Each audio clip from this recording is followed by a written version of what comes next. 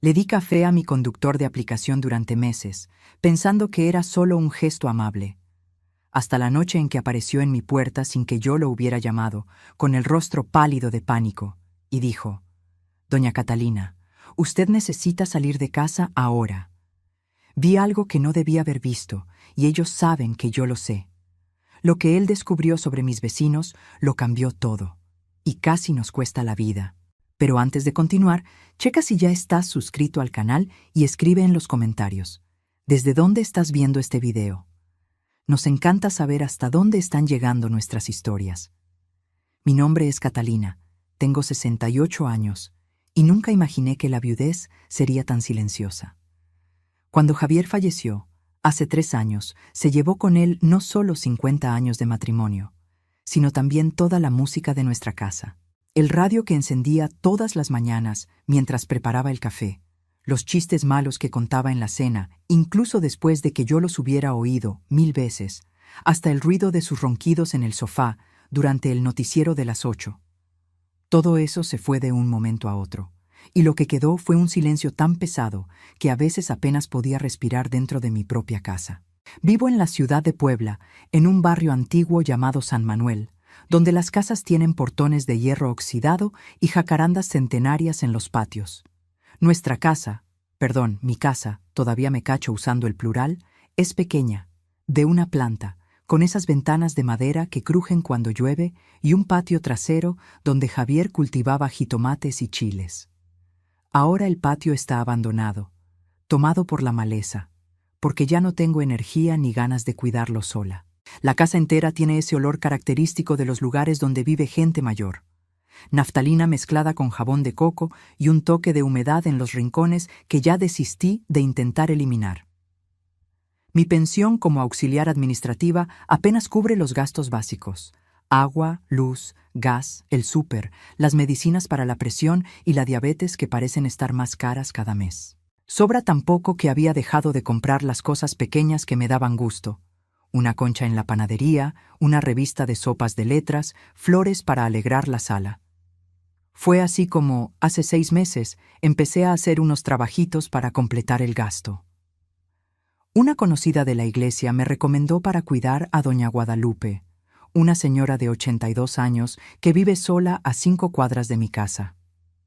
El trabajo no es difícil, pero es solitario de una manera distinta a mi propia soledad. Me quedo con ella desde las 7 de la noche hasta la 1 de la mañana, asegurándome de que se tome las medicinas a sus horas. La ayudo a ir al baño cuando lo necesita, caliento la cena que su hija le deja lista en el refrigerador con papelitos pegados: «Mamá, no olvides comértelo todo». O «Doña Catalina, por favor, vea que se tome la pastilla azul a las 9 en punto». Doña Guadalupe tiene Alzheimer en etapa avanzada y la mayor parte del tiempo no sabe quién soy. A veces me confunde con su hermana fallecida, llamándome Concepción y preguntándome si traje las cocadas que siempre le gustaron. Aprendí a entrar en su juego. Le respondo que sí, que las traje, y ella sonríe con ese gesto infantil y puro que tienen los muy ancianos cuando la memoria ya no funciona bien y la vida vuelve a ser sencilla como en la infancia. El problema mayor, desde el principio, fue el transporte. Los primeros 2 meses tomaba el micro para ir y volver. Salía de casa a las 6:30, tomaba la ruta en la esquina, me bajaba 3 paradas después del Zócalo y caminaba el resto del trayecto hasta su casa. De regreso, era más complicado. El último transporte que pasaba cerca de mi casa era a las 11:30 de la noche, pero yo no podía salir del trabajo antes de la 1 de la mañana. Ese era el trato, y necesitaba todas esas horas para que el pago del día valiera la pena. Terminé teniendo que pedir taxi muchas veces, lo que se comía más de la mitad de lo que ganaba en la noche. Fue cuando mi nieta, Sofía, vino a visitarme un domingo y vio el montón de recibos de taxi en la mesa de la cocina. «Abue, te estás gastando una fortuna en esto», dijo, agarrando mi celular sin pedir permiso. «Déjate instalo una aplicación de transporte. Es mucho más barato y súper fácil de usar, mira». Empezó a deslizar el dedo en la pantalla con una velocidad que me mareó, hablando muy rápido sobre el registro, formas de pago, calificaciones de conductores. Yo fingí que entendía todo, pero por dentro estaba aterrada. La tecnología nunca ha sido lo mío. Apenas sé mandar mensajes de texto bien, y ahora tendría que pedir un coche extraño por una aplicación. Me tardé 2 semanas completas en tener el valor de usar eso. Todas las noches miraba el icono de la aplicación en la pantalla del celular. Pensaba en picarle, pero al final me arrepentía y llamaba al taxi de confianza. Hasta que un martes, el taxista que siempre llamaba me avisó que iba a salir de viaje y estaría fuera 10 días. Ahí fue cuando no tuve opción. Recuerdo perfectamente esa primera vez. Eran las 11 de la noche y me quedé 15 minutos enteros en la banqueta de la casa de doña Guadalupe, con el celular en la mano sudando frío, leyendo otra vez las instrucciones que Sofía me había dejado anotadas en un papel. Pícale aquí en el dibujo del carrito, pon la dirección a donde quieres ir, confirma el viaje, listo. Parecía simple cuando ella lo explicaba, pero mi mano temblaba tanto que me equivoqué de dirección 3 veces antes de atinarle. Cuando finalmente logré confirmar y vi el mensaje buscando conductor disponible, casi cancelo todo para regresarme corriendo a la casa. Entonces apareció: conductor encontrado, Marco llegará en 4 minutos. Tenía una foto pequeña de un muchacho joven y la placa del coche, un Tsuru blanco. Me quedé ahí parada en la banqueta, abrazada a mi bolsa, observando cada coche que pasaba hasta que vi el Tsuru acercándose despacio, con el conductor buscando los números de las casas. Cuando el coche se detuvo frente a mí y el joven bajó la ventana, casi me arrepiento de subirme. Parecía tener unos 20 y tantos años, lleno de tatuajes en los brazos, una gorra hacia atrás, música fuerte en el radio. Pero entonces sonrió y dijo con voz amable: ¿Usted es doña Catalina? Súbase, la voy a llevar con bien, no se preocupe. Algo en su voz me calmó. Me subí al asiento de atrás, apretando la bolsa en mi regazo, y él le bajó a la música sin que yo se lo pidiera. Ese primer conductor, Marco, no platicó mucho. Se la pasó todo el camino picándole al celular en los semáforos, contestando mensajes. Pero me dejó en mi casa en 10 minutos, me deseó buenas noches, y me di cuenta de que no había sido tan aterrador como imaginaba. Tal vez podría acostumbrarme a eso. En las semanas siguientes me llevaron varios conductores diferentes. Algunos platicaban, otros preferían el silencio. Algunos tenían coches limpios y con buen olor, otros no tanto. Aprendí a revisar la calificación antes de aceptar el viaje. Sofía me había enseñado eso. 5 estrellas o muy cerca de eso, abue. Si tiene menos de 4,5, cancela y pide otro. Fue en mi 12º viaje, un jueves de septiembre, cuando conocí a Ricardo. Era una noche de lluvia ligera, casi las 2 de la mañana, porque doña Guadalupe había tenido una crisis de ansiedad y tuve que quedarme hasta que se calmara por completo, cantándole canciones viejas que ella parecía reconocer en algún lugar profundo de su memoria. Cuando finalmente pude salir, estaba agotada y me dolían los pies. Pedí el viaje y, unos minutos después, vi un Jetta plata muy bien cuidado deteniéndose frente a la casa. Me sorprendió ver al conductor. Esperaba a otro joven, pero era un hombre de unos 50 y tantos años, tal vez 60, con el pelo canoso bien cortado, usando una camisa polo azul claro y lentes de armazón discreto. Se bajó del coche, algo que ninguno de los otros conductores había hecho, y me abrió la puerta de atrás. «Buenas noches, doña Catalina», dijo con una sonrisa amable. «Cuidado con el charco al subir». Me dio tanta pena esa gentileza inesperada que ni supe qué decir. Solo murmuré un gracias bajito y me subí al coche, acomodando la bolsa en mis piernas. El interior estaba impecable, oliendo a lavanda, y había una cajita de pañuelos desechables en el revistero del asiento de atrás junto con una botellita de agua. «Por si le da sed en el camino», explicó Ricardo, mirándome por el retrovisor con ojos amables y cansados. «¿Noche larga de trabajo?» «Larga y pesada», respondí, todavía un poco tensa. Doña Guadalupe estuvo muy inquieta hoy. «¿Usted es enfermera o cuidadora?» «Cuidadora, 3 noches a la semana, martes, jueves y sábados». Él asintió despacio, con ese modo respetuoso de quien realmente está poniendo atención a lo que dices, no solo haciendo plática por convivir. Trabajo importante, pesado, pero importante. Hizo una pausa antes de continuar. Mi mamá tuvo Alzheimer antes de fallecer hace unos 6 años. Sé lo difícil que es, cómo cansa no solo el cuerpo, sino principalmente el ánimo. Algo en su voz, en ese tono de comprensión genuina de quien de veras conocía el tema, hizo que se me hiciera un nudo en la garganta de forma inesperada.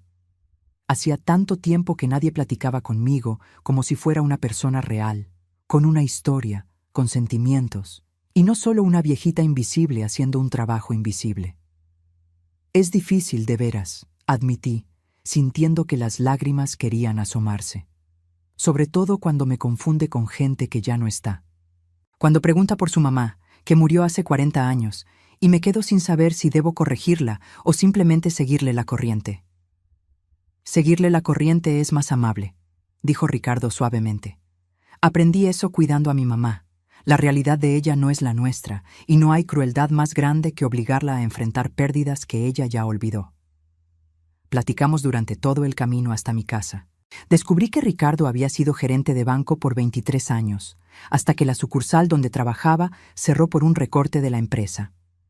A esta edad, con 52 años en ese entonces, ya nadie te contrata para nada importante. Dijo sin amargura, solo constatando un hecho. Mandé currículum a 200 lugares. Conseguí 3 entrevistas. Todas terminaron con ese «nosotros le hablamos», que significa «estás muy viejo». Así que empecé a manejar en aplicaciones. No es lo que soñé para esta etapa de mi vida, no es para lo que estudié y trabajé 40 años, pero paga las cuentas y me saca de la casa, me mantiene activo. Mantenerse activo es importante. Coincidí pensando en cómo yo misma casi me marchito los primeros meses tras la muerte de Javier, cuando no tenía motivo para salir de la cama. Quedarse quieto deja que uno piense de más. «Exactamente», dijo él, y nuestros ojos se encontraron por el retrovisor un breve segundo, y sentí que entendía perfectamente lo que yo quería decir. Cuando llegamos a mi calle, casi no quería bajarme del coche. Era muy reconfortante tener a alguien con quien platicar de verdad, alguien que me veía como un ser humano completo, y no solo como una función, una etiqueta, una señora mayor cualquiera. «Fue un gusto conocerla, doña Catalina», dijo Ricardo cuando se detuvo frente a mi portón. «Si necesita viaje de nuevo, suelo trabajar en esta zona la mayoría de las noches. ¿Quién sabe si nos volvemos a encontrar?» «Me gustaría mucho», respondí con sinceridad, y me di cuenta de que de veras me gustaría. En las 2 semanas siguientes, algo extraño y maravilloso empezó a pasar. Cada vez que pedía viaje después del trabajo, siempre entre la 1 y la 1:30 de la mañana, era Ricardo quien aceptaba el viaje. La primera vez pensé que era coincidencia. La segunda, pensé que tal vez de veras trabajaba mucho por esa zona. Pero a la tercera, cuarta, quinta vez, me di cuenta de que no era casualidad. En el 6º viaje con él, cuando me subí al coche y vi su sonrisa familiar en el retrovisor, le pregunté: «Ricardo, ¿esto es coincidencia o me estás esperando?» Él se rió, un poco apenado, y vi un ligero color rojo en sus mejillas.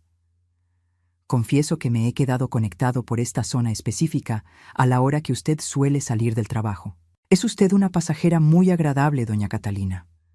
Hace la diferencia al final de una noche larga tener a alguien educado en el coche, alguien con quien se puede tener una plática de verdad. La mayoría de los pasajeros ni me miran, ¿sabe? Se la pasan en el celular todo el tiempo, o van muy borrachos para hilar frases, o me tratan como si fuera parte del coche, un accesorio necesario pero invisible». Me conmovió tanto esa confesión honesta que no supe qué responder por un momento. «Yo soy la que te agradece», dije finalmente. «Estos 15 minutos contigo son la mejor parte de mi día de trabajo». Y era verdad.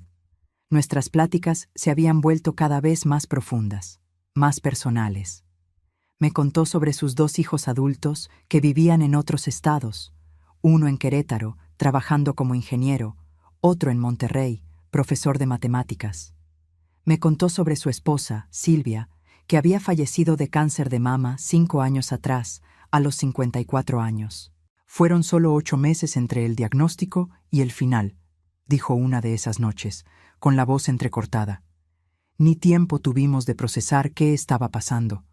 Un día se quejaba de un dolor en el pecho, al otro estábamos en una sala fría recibiendo la noticia de que era etapa 4, metástasis en varios órganos.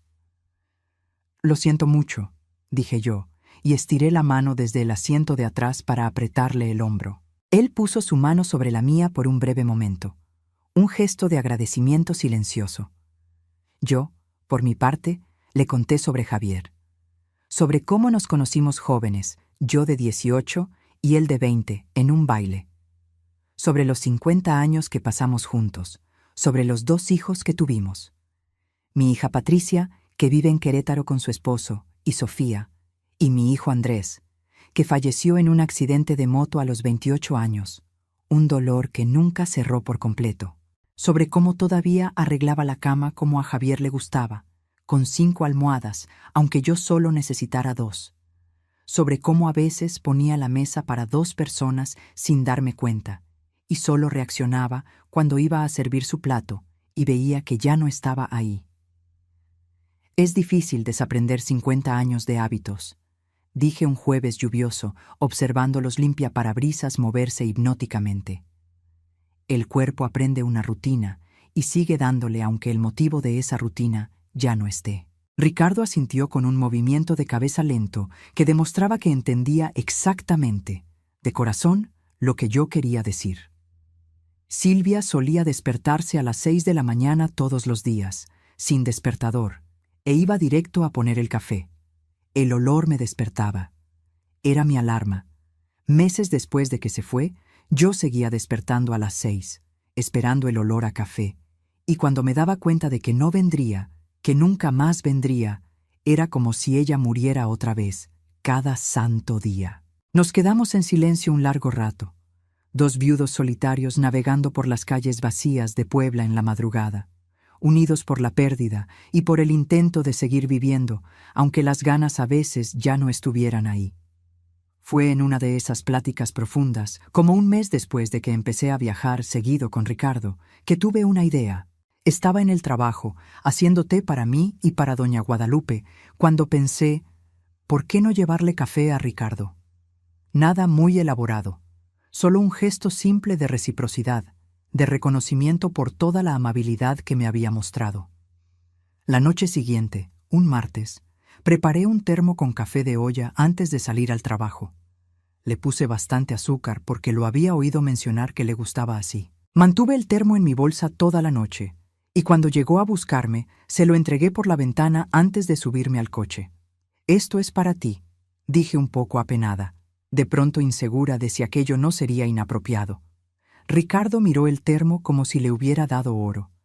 Sus ojos brillaron de una forma que me hizo notar que ese gesto sencillo significaba mucho más de lo que yo había imaginado. «No tenía por qué molestarse, doña Catalina», dijo, con la voz emocionada. «Lo sé, pero has sido tan amable conmigo, Ricardo. Es poca cosa, pero quería agradecerte de alguna forma». Sostuvo el termo con las 2 manos por un momento, como si estuviera absorbiendo no solo el calor del café, sino el cariño detrás de él. «Gracias, doña Catalina. De veras, no tiene idea de cuánto significa esto». Pero yo sí tenía idea, porque sabía exactamente lo que era ser invisible, ser tratada como una función en vez de como persona. Sabía cómo un detalle de reconocimiento podía hacer toda la diferencia entre sentirse humano o sentirse desechable. A partir de esa noche, el café se volvió una tradición sagrada. Yo lo llevaba. Él agradecía con esa sonrisa genuina que iluminaba su rostro cansado y platicábamos durante los 15 minutos hasta mi casa de todo y de nada. Me contó sobre los pasajeros difíciles que a veces le tocaban. Borrachos agresivos, chavos que dejaban el coche hecho un asco, parejas peleando horrible en el asiento de atrás.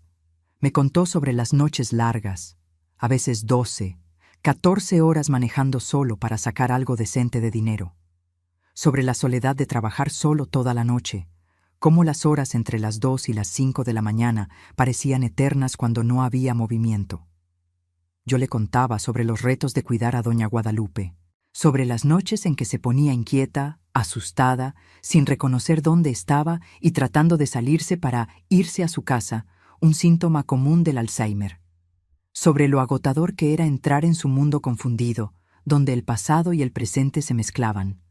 Pero también sobre los momentos bonitos, cuando cantaba canciones viejas perfectamente, recordando cada palabra, o cuando me tomaba la mano y decía, «Gracias por quedarte conmigo», en uno de sus raros momentos de lucidez. Después de 2 meses viajando con Ricardo 3 veces por semana, ya no era solo mi conductor. Era mi amigo, el punto más alto de mis martes, jueves y sábados. Esos 15 minutos de plática en su coche, en el silencio de la madrugada, eran más reconfortantes que cualquier otra interacción social que tuviera en la semana. La misa de los domingos estaba llena de gente, pero era superficial. «Buenos días. ¿Cómo está? Nos vemos». Mis pláticas por teléfono con Patricia eran necesarias pero siempre apuradas, ella siempre con 1000 cosas que hacer. Pero con Ricardo podía hablar de veras, podía ser yo misma. Fue un martes, el 23 de octubre, cuando todo empezó a cambiar. Y cambió de una forma que jamás pude prever, de una forma que casi nos cuesta todo. La noche había empezado totalmente normal. Doña Guadalupe estaba en uno de sus días más tranquilos, casi lúcida por momentos. Vimos juntas un programa de concursos viejo que pasaban en un canal de cable, de esos de los años 70 que le encantaban, con conductores de trajes feos y peinados raros. Se rió a ratos, tarareó canciones y cuando llegó la hora de las medicinas a las 8:30, se las tomó todas sin rezongar, lo cual era raro.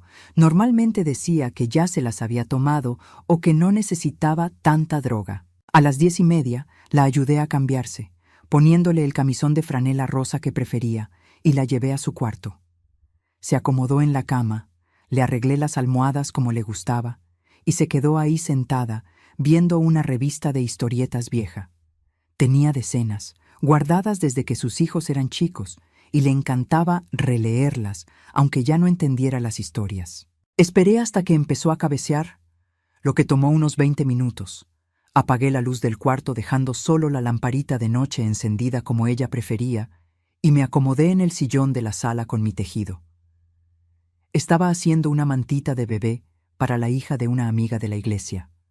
El trabajo repetitivo del gancho siempre me calmaba, el movimiento rítmico de las manos, el crecimiento lento pero constante del tejido. Había paz en esas horas silenciosas entre las 10 de la noche y la 1 de la mañana. Solo yo y mis pensamientos y el ruido ocasional de doña Guadalupe moviéndose en la cama.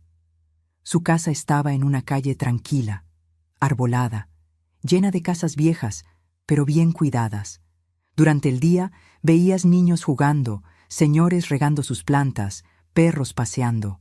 En la noche todo se quedaba muy callado. Solo el ruido de los grillos, el viento en las hojas de los árboles y de vez en cuando un coche pasando despacio por ser una zona residencial donde nadie tenía prisa. Pero esa noche, por ahí de las 11:30, empecé a oír voces afuera. No eran pláticas normales de gente pasando por la calle, de esas que oyes pedacitos y el sonido se va alejando. Eran voces bajas, susurradas, el tipo de plática que tiene la gente cuando está parada en un lugar, pero no quiere que la oigan. El tipo de plática que prende una alerta instintiva en tu cabeza. Dejé el tejido en el sillón y me levanté despacio, con el corazón empezando a latir un poco más rápido. Caminé hasta la ventana de la sala, esa ventana grande con cortinas pesadas de terciopelo verde que doña Guadalupe insistía en dejar porque eran de su madre. Aparté la cortina apenas lo suficiente para hacer una rendija y me asomé. La calle estaba mal iluminada. El poste más cercano estaba 2 casas adelante, lanzando una luz amarillenta débil que apenas llegaba al frente de la casa. Pero logré ver lo suficiente para que se me revolviera el estómago. Había 2 figuras paradas junto a una camioneta oscura estacionada justo frente al portón. 2 hombres, uno alto y flaco, otro más chaparro y fuerte, de hombros anchos. Estaban mirando la casa. No solo mirando de paso. Estaban estudiando la fachada, señalando diferentes puntos, susurrando entre ellos. Mi corazón empezó a latir todavía más fuerte.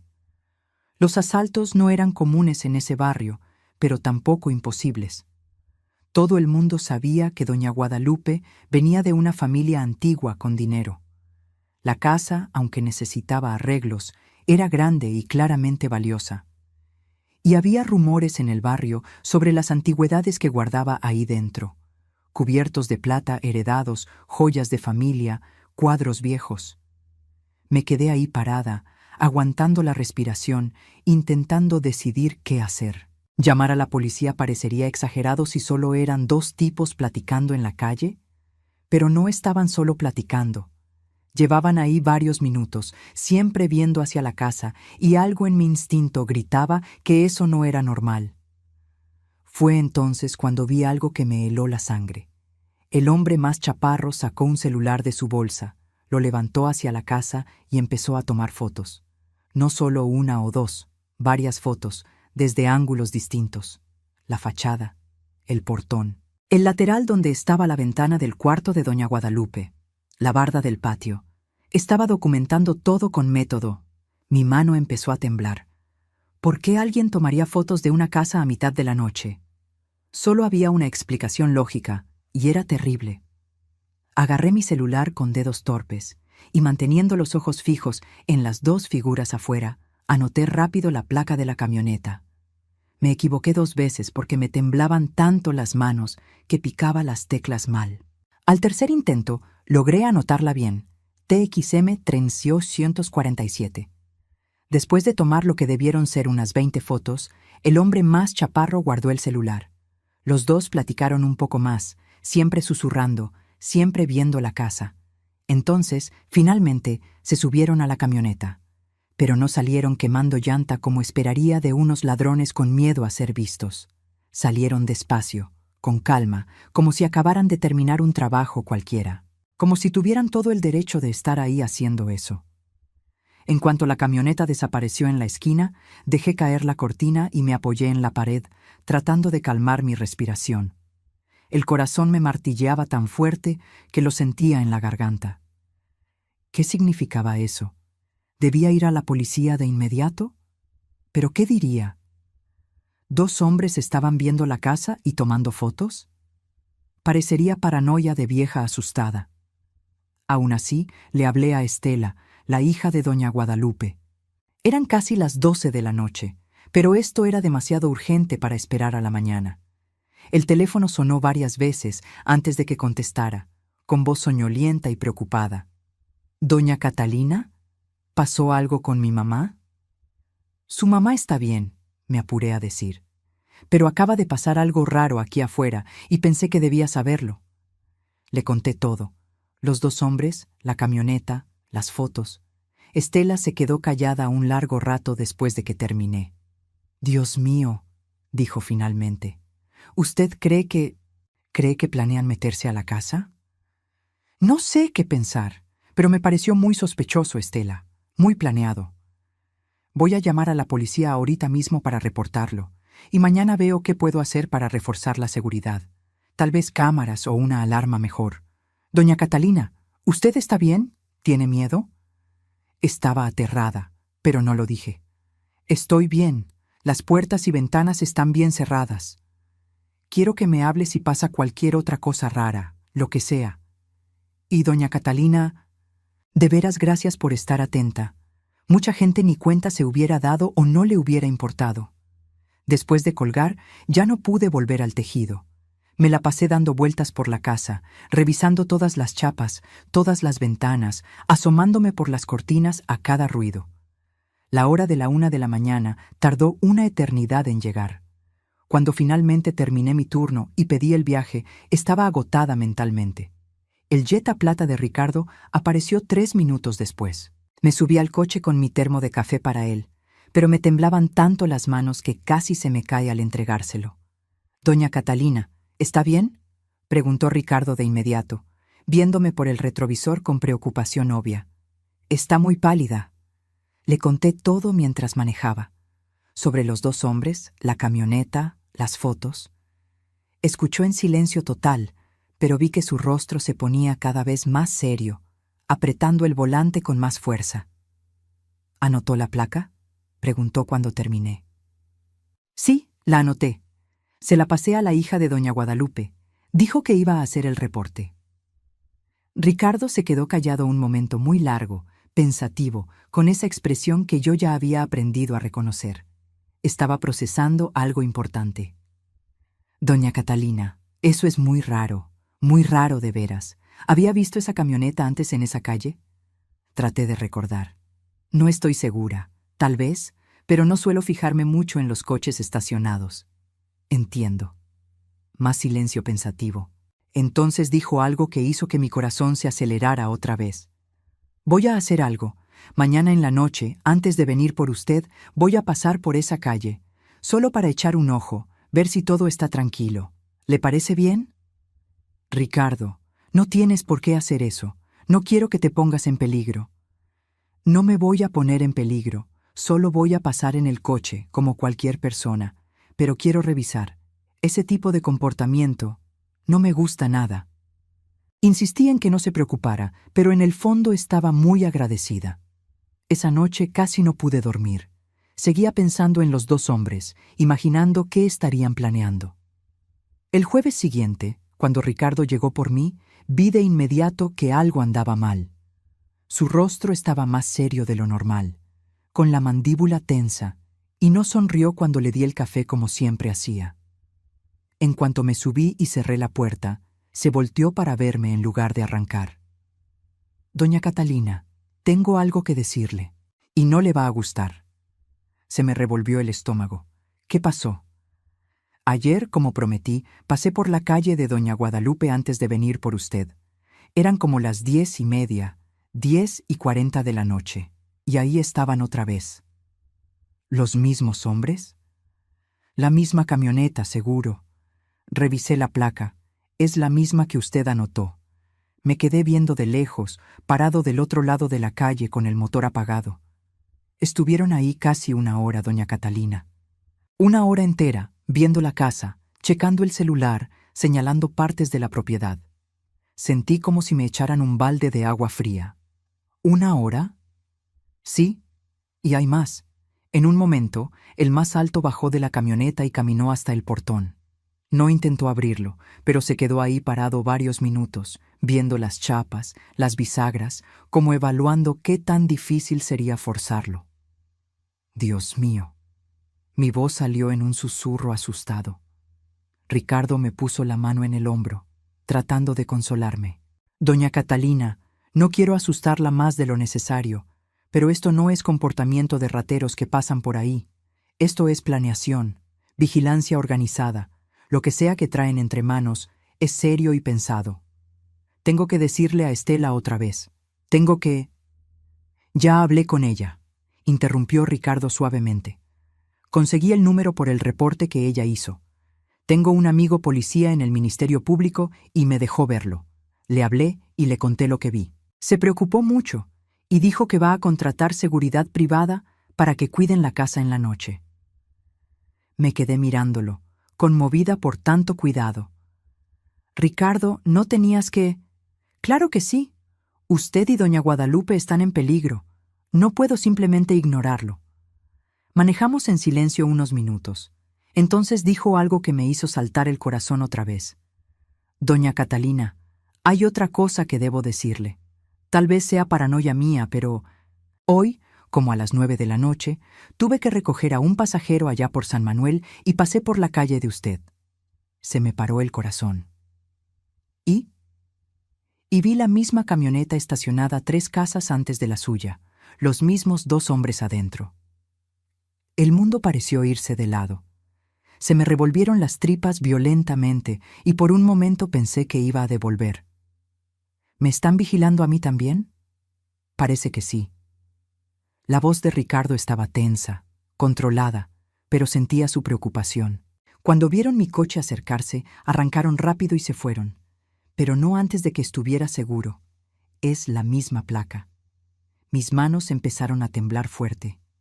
¿Pero por qué? ¿Qué hice? Yo solo los vi esa noche. ¿Se habrán dado cuenta de que los estaba mirando? Tal vez, dudó él. ¿O tal vez qué? Ricardo suspiró pesado. O tal vez están mapeando toda la rutina, viendo quién cuida a doña Guadalupe, dónde vive esa persona, cuándo está en su casa y cuándo no. La información es poder cuando planeas un crimen. La realidad me cayó encima como una tonelada de ladrillos. No eran solo ladrones al azar, era algo mucho más organizado, mucho más peligroso, y de alguna forma yo estaba en su radar. Hay una cosa más que debo decirle, dijo Ricardo, y por el tono supe que sería peor todavía. Algo que tal vez debí decirle antes, pero no estaba seguro de si era relevante. Dime todo, pedí, tratando de que no me temblara la voz. Algunos de mis pasajeros platican sin darse cuenta de que voy oyendo. Es como si el conductor fuera parte del mueble, ¿sabes? Invisible. La gente dice cosas, discute cosas, revela cosas que nunca dirían si notaran que hay alguien más poniendo atención. ¿Y? Y la semana pasada, un sábado como a las 10:30 de la noche, recogí a un tipo muy borracho en el centro. Se subió tambaleándose, apenas se pudo sentar bien, y se la pasó en el teléfono todo el tiempo, alegando con alguien del otro lado. Al principio traté de no oír, trato de ser profesional, pero empezó a hablar tan fuerte que fue imposible no escuchar. Ricardo hizo una pausa, como agarrando aire para seguir. Esperé, con el corazón en la mano. Estaba discutiendo sobre una operación, así le llamó, sobre casas que tenían ubicadas, y en un momento lo oí describir una casa de forma muy específica.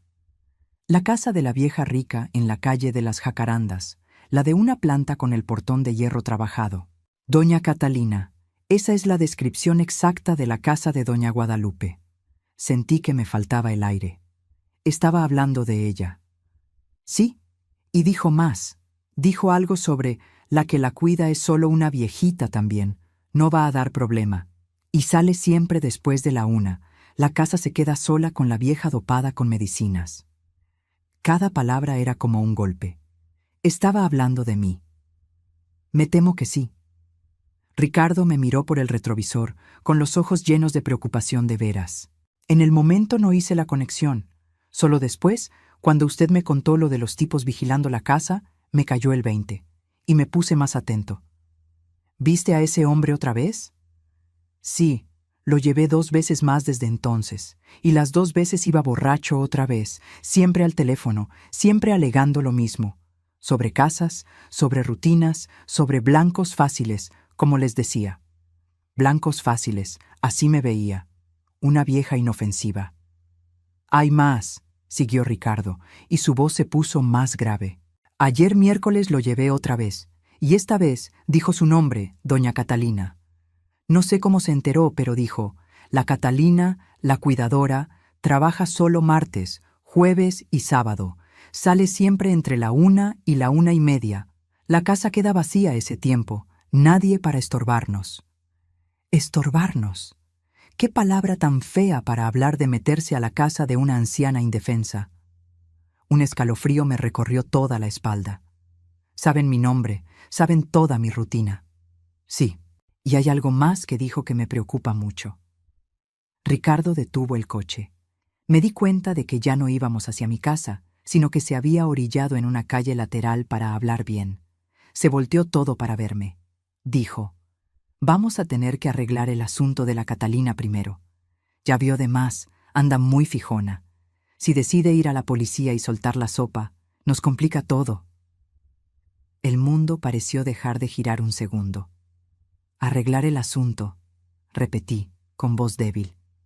Quiso decir, no sé exactamente qué quiso decir, pero doña Catalina, cuando unos delincuentes hablan de arreglar a una persona que les estorba, rara vez es algo bueno. Puede ser asustarla, puede ser algo peor. No pude hablar. Solo me quedé ahí sentada, procesando el horror. Unos hombres que ni conocía estaban planeando hacerme daño porque tuve la mala suerte de estar en el lugar equivocado a la hora equivocada, y ver algo que no debí. Ricardo esperó paciente a que yo digiriera aquello, dejándome tener mi pánico en silencio. Cuando pude hablar de nuevo, mi voz temblaba. «¿Qué hago, Ricardo? ¿A dónde voy?» Lo primero, no se puede quedar sola. No puede ir a su casa hoy. «¿Pero dónde me voy a quedar? No tengo familia aquí. Mi hija está en Querétaro. Mis amigas son todas señoras que apenas pueden con ellas mismas». «Se puede quedar en mi casa», dijo él sin dudarlo ni un segundo. «Tengo un cuarto de visitas que uso de bodega, pero lo puedo arreglar. Usted se queda el tiempo que sea necesario». «Ricardo, no puedo aceptar eso. Ya me ayudaste mucho. No puedo». «Puede y va a aceptar». Su voz era firme, no aceptaba un no. «Doña Catalina, esos tipos saben dónde vive, saben su rutina, y hablan de arreglar su asunto. No hay forma de que la deje volver a su casa sola hasta que esto se resuelva. Pero te voy a molestar, te voy a revolver la vida, Afu. Usted me trajo café cada vez que me vio estos últimos 2 meses», interrumpió Ricardo, con voz más suave. «Me habló como si yo fuera una persona de verdad, no solo un conductor invisible. Me hizo sentir visto, valorado, humano. ¿Y cree que no voy a hacer todo lo que esté en mis manos para protegerla ahora?» Se me llenaron los ojos de lágrimas. «Es solo café». No es solo café. Nunca fue solo café. Fue amabilidad. Fue humanidad. Fue conectar en un mundo donde la mayoría ya ni se ve a los ojos. Y eso vale más de lo que usted se imagina. Me solté a llorar de veras, soltando todo el miedo y la tensión de los últimos días. Ricardo estiró la mano hacia atrás y tomó la mía, apretándola fuerte. «Vamos a solucionar esto», dijo. «Pero primero, usted tiene que estar a salvo, así que vamos a hacer esto. La llevo a su casa ahorita, rápido. Usted agarra algo de ropa y lo más importante. Yo me quedo en el coche con el motor prendido, vigilando la calle. 5 minutos, no más. De ahí nos vamos directo a mi casa. ¿Y mañana?» «Mañana vamos a la policía. Juntos. Yo cuento todo lo que oí. Enseño todos los viajes que hice con ese tipo en la aplicación. Todos se quedan guardados, con fecha y hora. Y usted cuenta lo que vio. Con suerte, será suficiente para que abran una investigación». Asentí, tratando de calmarme. Ricardo tenía razón. Había que actuar, pero con cuidado. 15 minutos después, estábamos frente a mi casa. Ricardo insistió en entrar conmigo, revisar cada cuarto antes de dejarme empacar. Todo estaba normal, pero igual no me sentía segura. Eché ropa en una maleta chica, mis medicinas, papeles importantes, la foto de Javier que estaba en mi buró. Cuando íbamos saliendo, Ricardo se paró en la puerta. «Espere, quiero revisar algo». Fue al patio de atrás y yo lo seguí. Señaló unas marcas en la tierra mojada cerca de la ventana de la cocina. «Alguien estuvo aquí. ¿Ve estas huellas? Son recientes. Llovió antier, así que son de después de la lluvia». Se me heló la sangre. ¿Intentaron meterse? ¿O estaban viendo qué tan fácil era? «Doña Catalina, vámonos, ya». Salimos rápido y Ricardo manejó mucho más rápido de lo común hasta su departamento. Todo el camino se la pasó viendo el retrovisor para ver si no nos seguían. Su departamento estaba en una unidad habitacional sencilla, pero bien cuidada del otro lado de la ciudad. 3er piso, sin elevador, pero él insistió en cargar mi maleta. El departamento era chico. Sala con cocina, 2 cuartos chiquitos, un baño. Pero estaba limpio y ordenado de ese modo que solo los hombres que viven solos mucho tiempo logran tener. Todo en su lugar. «Ese cuarto es el de usted», dijo señalando el más chico. «Tiene unas cajas de cosas viejas que voy a sacar, pero la cama es buena. Cambio las sábanas cada semana aunque no la use». Insistió en que me tomara un té, que me instalara, que descansara. Pero ¿cómo iba a descansar sabiendo que había tipos peligrosos queriendo hacerme algo? Me senté en su sillón, abrazando la taza de manzanilla que me preparó, tratando de entender cómo mi vida se había descuadrado tan rápido. Hace 3 días, yo era solo una viuda solitaria trabajando para completar el gasto. Ahora estaba escondida en casa de un amigo porque unos delincuentes decían que yo era un problema. Ricardo se sentó a mi lado, respetando mi espacio. Todo va a estar bien, doña Catalina. Se lo prometo. Vamos a resolver esto. ¿Cómo puedes estar tan seguro? Se quedó callado un buen rato antes de contestar. Porque una vez fallé en proteger a alguien que debía proteger. Y me juré que nunca dejaría que pasara de nuevo. ¿De qué hablas? Suspiró profundo. Mi hija, no la que vive en Querétaro, sino la más chica, Mariana. Tenía un novio hace unos 5 años, cuando vivía aquí en Puebla. Un tipo que parecía buena onda, educado, con buen trabajo. A todos nos caía bien. Pero Mariana empezó a decir cosas raras. Que él llegaba a lugares donde ella estaba sin haber quedado. Que siempre parecía saber a dónde había ido, con quién. Que le hablaba 1000 veces al día para saber dónde andaba. Supe por dónde iba la cosa y se me apretó el corazón. No le hice caso como debía, siguió Ricardo, con voz arrepentida. Pensé que exageraba, que era dramática. Le dije que era señal de que la quería mucho, que eran celos normales. Silvia, mi esposa, también se preocupó, pero yo la convencí de que todo estaba bien. Y entonces, una noche, el novio se metió al departamento de Mariana. Le pegó. Muy feo. Le rompió la nariz, unos dientes, 3 costillas. Dios mío, susurré horrorizada. Estuvo en el hospital una semana, y cuando salió, me dijo que ya no quería vivir en Puebla, que necesitaba empezar de cero en otro lado, lejos de todo lo que le recordara eso. Se mudó a Monterrey 2 meses después y casi no me habla desde entonces. No porque esté enojada, al menos no lo dice, sino porque cada vez que habla conmigo, se acuerda de que no le creí cuando más lo necesitaba, que no la protegí. Unas lágrimas corrían en silencio por su cara. Así que ahora pongo atención, doña Catalina, mucha atención. Escucho cuando la gente habla, aunque crean que nadie oye. Noto cuando alguien menciona cosas raras, comportamientos sospechosos. Porque le fallé a mi hija, pero no le voy a fallar a usted. No voy a dejar que le pase nada malo por hacerme el que no ve. Estiré la mano y tomé la suya. Ricardo, lo que pasó con tu hija no fue tu culpa, pero lo fue. Pude haberle creído, pude haber tomado en serio lo que sentía y no lo hice. Voy a cargar con eso siempre, pero le aseguro que aprendí la lección. Nos quedamos ahí sentados en silencio, 2 personas mayores marcadas por la pérdida y el arrepentimiento, unidos por la suerte y por la decisión de cuidarnos. Dormí fatal esa noche, como era de esperarse. Cada ruido en el edificio me hacía saltar. Pasos en el pasillo, alguien cerrando una puerta, el elevador que rechinaba. Pero saber que Ricardo estaba ahí al lado y que le había echado candado y cadena a la puerta, me ayudaba un poquito. A la mañana siguiente, viernes, Ricardo se despertó temprano y preparó desayuno. Pan tostado, huevos, fruta.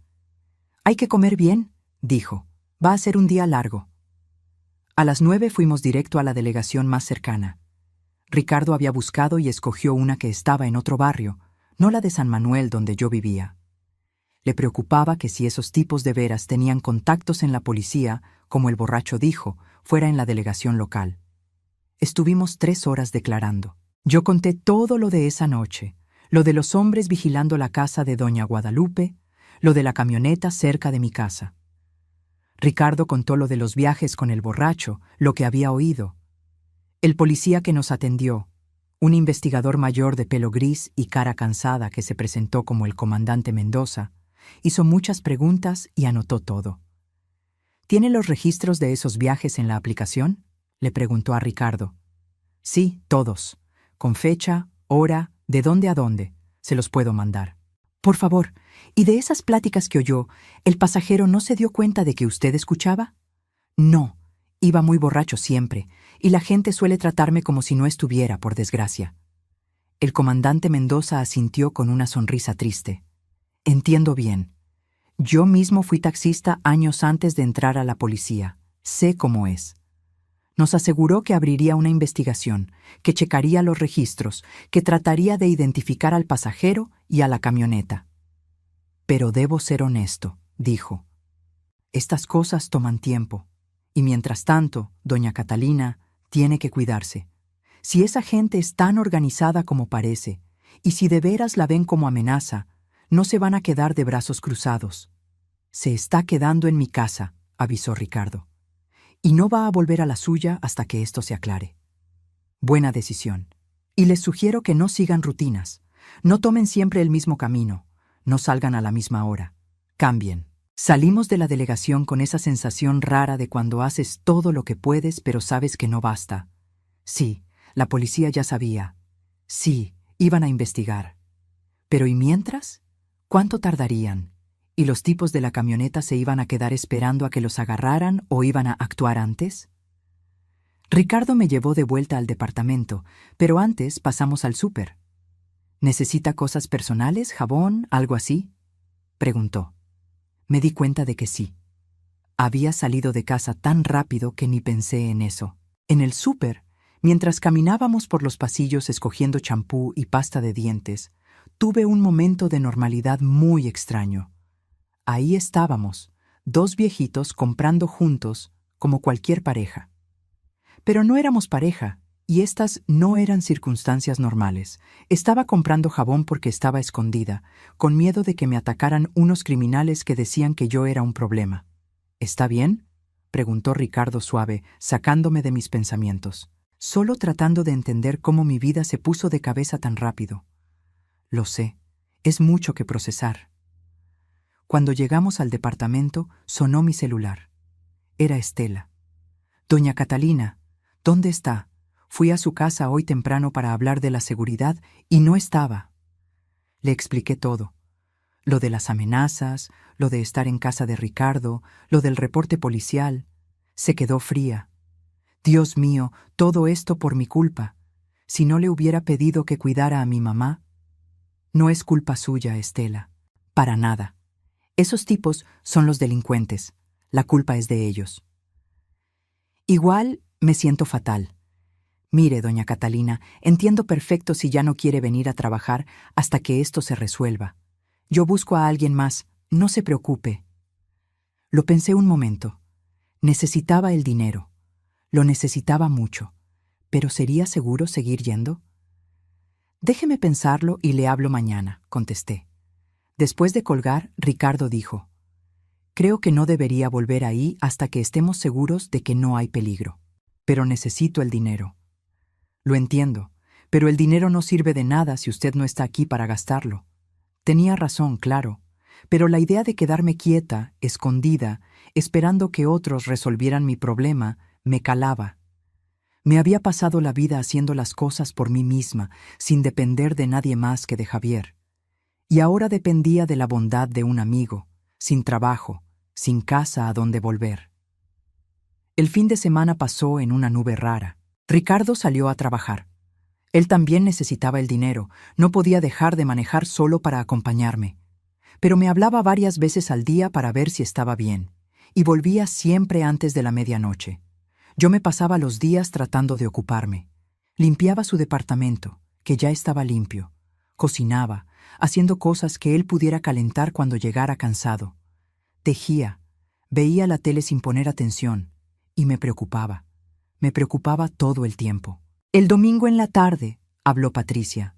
Mamá, ¿por qué no me habías contado nada? Estela me habló ayer y me contó todo. No quería preocuparte. ¿No querías preocuparme? Mamá, estás escondida porque unos tipos te quieren hacer algo. ¿Cómo no me voy a preocupar?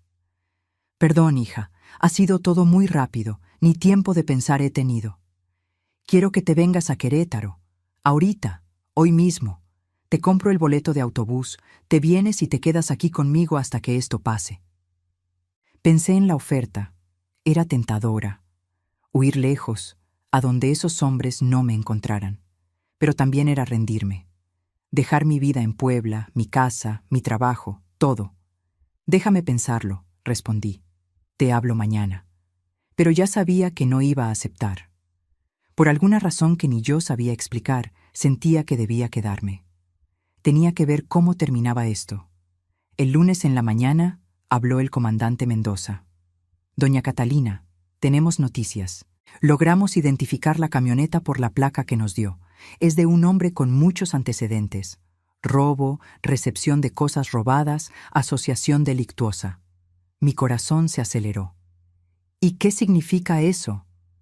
Significa que sus sospechas eran ciertas. Esta gente es seria, organizada. Ya estamos montando vigilancia en la casa de doña Guadalupe. Y hay otra cosa.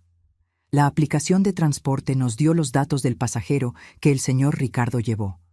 También tiene antecedentes. Y más, cruzamos datos y vimos un patrón. En los últimos 6 meses ha habido varios robos en casas de adultos mayores en Puebla, siempre muy planeados, siempre con gente indefensa. ¿Cuántos robos? 11 que hayamos confirmado, probablemente más que nos reportaron. Ya sabe, los señores a veces tienen miedo, o no se dan cuenta bien de que les falta, o la familia prefiere no meterse con la policía. 11 casas, 11 víctimas, y yo casi había sido la 12. ¿Qué va a pasar ahora?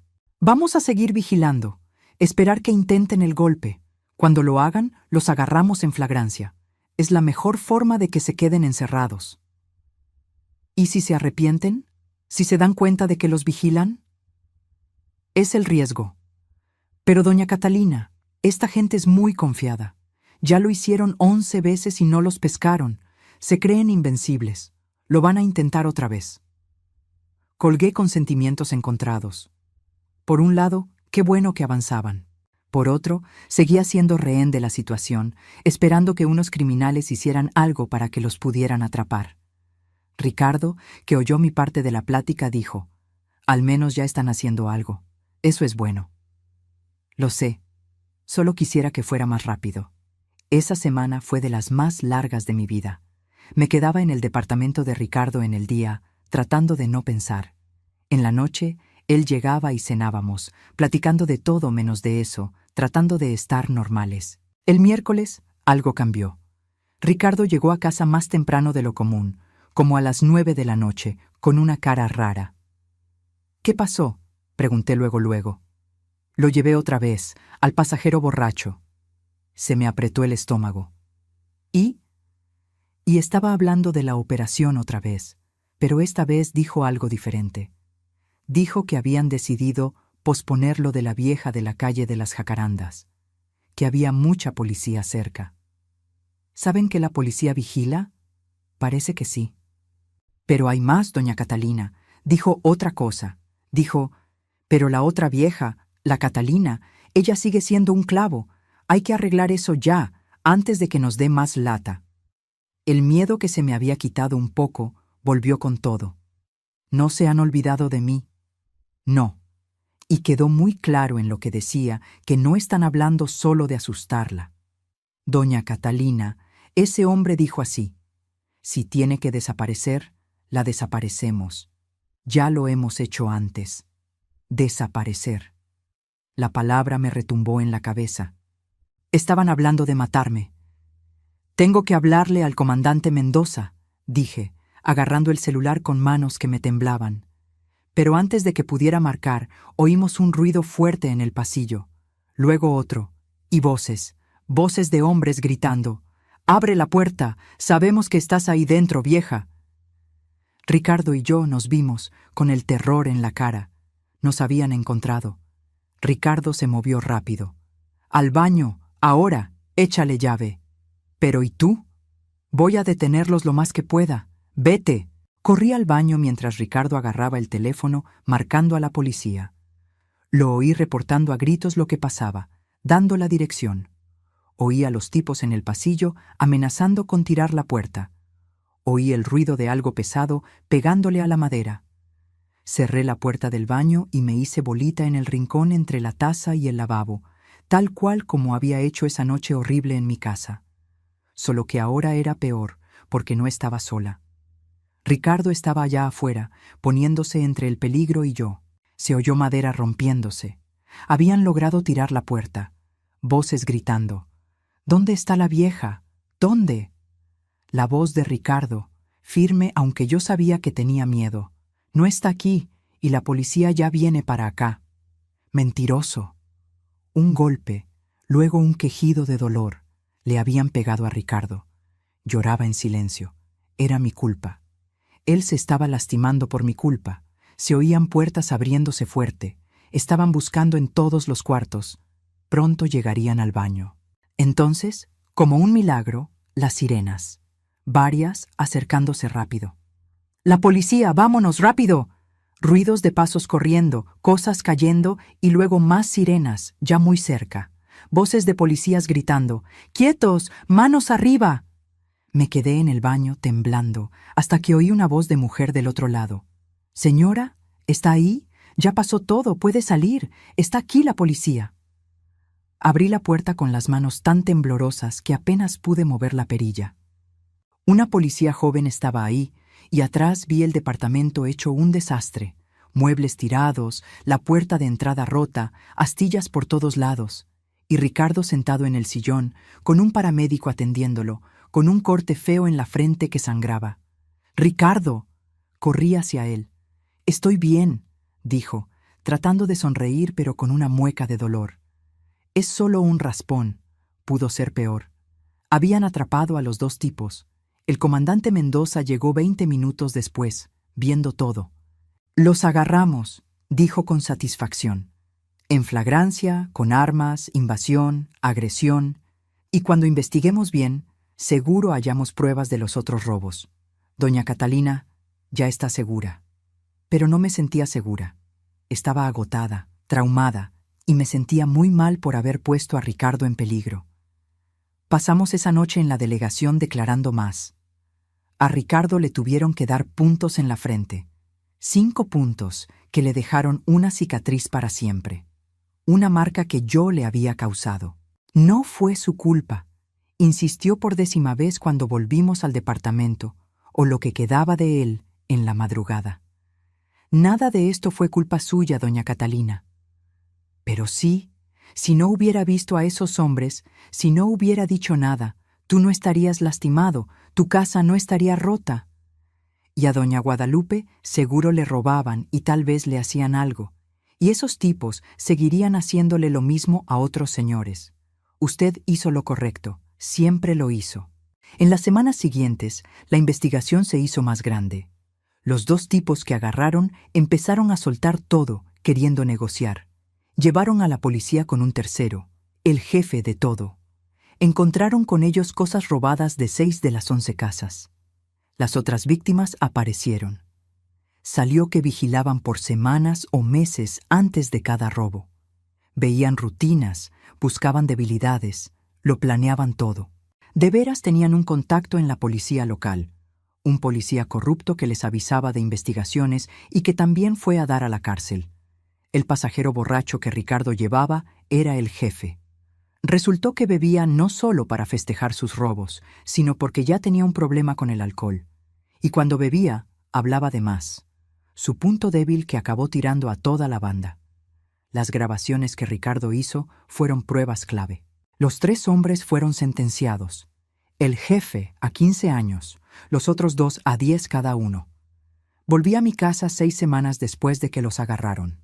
Ricardo insistió en ir conmigo, me ayudó a limpiar todo, puso mejores chapas, alarma y cámaras. «Para que yo esté tranquilo», dijo cuando quise reclamarle por el gasto. Estela me pidió que volviera a cuidar a doña Guadalupe con un aumento de sueldo. «Después de todo lo que pasó, es lo mínimo», dijo. Acepté, pero solo cuando vi que la casa ya tenía seguridad privada en las noches también. Ricardo siguió siendo mi conductor 3 veces a la semana. Pero ahora yo siempre me subía adelante, y ya no éramos solo conductor y pasajera. Éramos familia. Familia que la vida juntó en el momento menos pensado. 6 meses después, las cosas volvieron a una nueva normalidad. Le seguía llevando café a Ricardo. Ahora lo hacía en mi casa y lo llevaba en un termo mejor que le compré. Seguíamos platicando en el camino, pero ahora de cosas más alegres, sin tanta tensión. La cicatriz de su frente ya sanó, dejando una rayita permanente. Cada vez que la veo, siento culpa y gratitud. Culpa por lo que pasó, gratitud por lo valiente que fue. «Me salvaste la vida», le dije un martes, 9 meses después de todo. «Usted me salvó la mía primero. contestó como siempre. Me hizo recordar que yo importo, que los detalles de amabilidad importan. Si no fuera por eso, hubiera ignorado a ese borracho como a tantos otros. No hubiera puesto atención, no hubiera grabado, no hubiera notado nada. Empezamos a cenar juntos los lunes, una costumbre que seguimos hasta hoy. A veces en mi casa, a veces en la suya. Cocinamos, platicamos de la semana, vemos alguna película vieja que nos guste a los dos. Su hija, Mariana, le habló. Leyó del caso en las noticias, de cómo su papá protegió a una amiga de unos criminales. Hiciste por doña Catalina lo que no pudiste hacer por mí en ese entonces, le dijo en una llamada muy emotiva que él me contó luego. Y eso me dice que cambiaste, papá, que aprendiste. Quiero que intentemos llevarnos bien otra vez. Hoy, año y medio después, Ricardo cena con Mariana una vez al mes cuando ella viene a Puebla. Y ella siempre me incluye. Dice que quiere conocerme, que soy parte de que su papá esté bien ahora. Doña Guadalupe falleció en abril, tranquila mientras dormía. Fue triste, le tenía mucho cariño, pero también fue una bendición.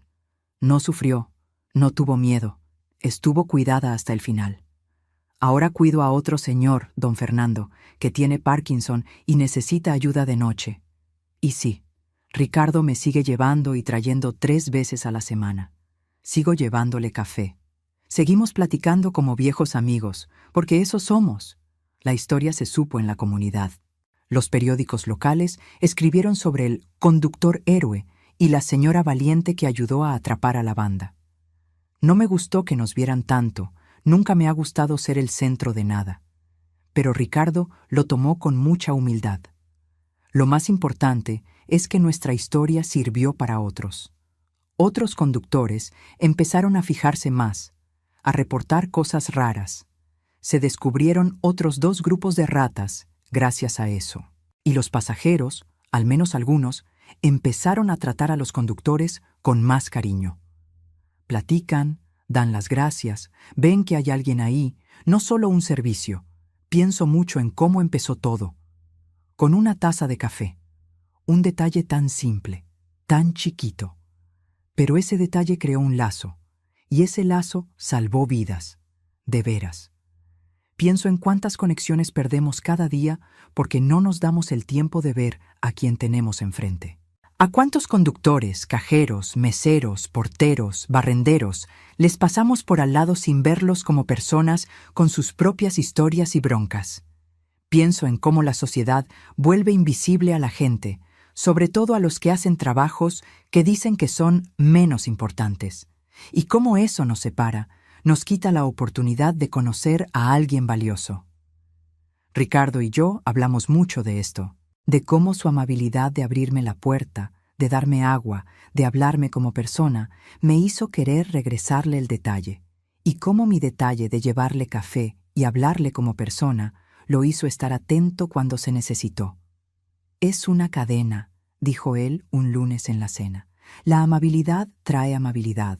Poner atención trae atención. Lo humano reconoce lo humano. Y salva vidas, añadí yo, y salva vidas. Hoy, a mis 69 años, veo mi vida y veo algo que no veía antes. Veo oportunidades, veo lazos. Veo que todavía cuento, que todavía puedo ayudar. Ya no estoy sola. Tengo a Ricardo, tengo a sus hijos que me quieren como a una tía, tengo a gente que conocí por esta experiencia tan fea que, por raro que parezca, trajo cosas buenas. Sigo tejiendo, pero ahora hago mantas que Ricardo lleva a un albergue para gente de la calle donde él ayuda. Sigo cuidando señores, pero ahora con más seguridad y más ojo. Sigo mi vida tranquila en Puebla, pero ya no es una vida tan sola. Y sigo llevándole café a Ricardo 3 veces a la semana. Nunca voy a dejar de hacerlo, porque ese café significa mucho más que la bebida.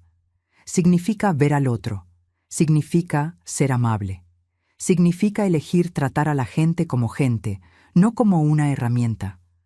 Cuando cuento esto, y lo cuento seguido en la iglesia o con los vecinos, siempre acabo igual. Sé amable. No porque vayas a recibir algo, no porque la amabilidad dé premios. Sé amable solo porque la persona frente a ti tiene sus propios problemas. Porque ese detalle, ese momento de ver de veras al otro, puede cambiarlo todo. Puede ser lo que los ayude en una noche mala. Puede ser lo que los haga estar atentos cuando se necesite. Puede, de veras, salvar vidas. La mía se salvó con café y pláticas. Y ahora vivo cada día tratando de regresar eso, tratando de ver a la gente, a toda la gente, con el mismo cariño que Ricardo me dio y que yo traté de darle a él. Porque al final, eso es lo que nos hace humanos. No lo que tenemos, no lo que logramos, no los títulos, sino las ganas de ver al otro, de que nos importe, de elegir ser amables aunque nadie nos vea. El café sigue, las pláticas siguen, la amistad sigue, y la vida, esa vida que casi me quitan, sigue siendo valiosa y con sentido. Todo por una taza de café y por elegir ver a alguien más como un ser humano que merece respeto y cariño. Nunca hagas menos a los detalles pequeños. Pueden cambiar el mundo. Ahora, si te gustó esta historia, pícale a suscribirse y dime en los comentarios qué parte te dejó con la boca abierta. Y no olvides hacerte miembro para ver videos exclusivos que no subo aquí. Te espero allá.